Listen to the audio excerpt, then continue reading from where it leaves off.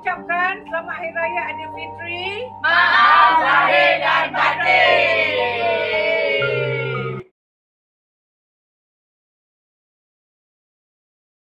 Assalamualaikum warahmatullahi wabarakatuh. Saya Siti Salma binti Waisa dari Suka Pinang. Mengucapkan Selamat Hari Raya menghargai. Selamat Hari Raya. Selamat Hari Raya Aidilfitri dari Siti Hafsah. Selamat Hari Raya Hamidah binti Kasim. Duduklah itu.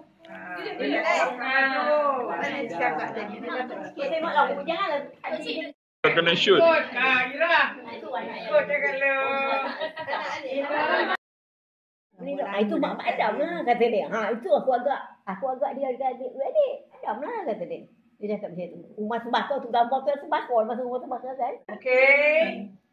Awak pun ambil juga long ya. Kak Mek tak nampak tu long. Sikit sikit. Okey.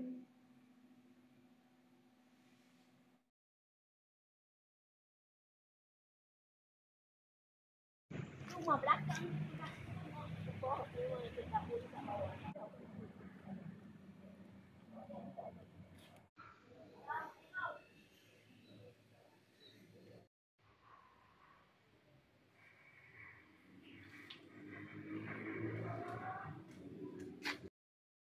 Makan nak habis kat dalam banyak semua tak? Ada lagi tak? Berapa lagi? Setiap satu hari raya kan memang kita pergi. Kita juga mulia orang tua walaupun abang dah tak ada kan. Pergi. Pasal tu orang tua.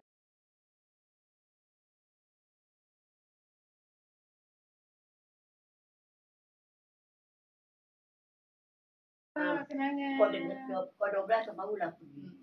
Itulah. Selalu. Pasal dia selalu dah lupakan orang kahwin tu.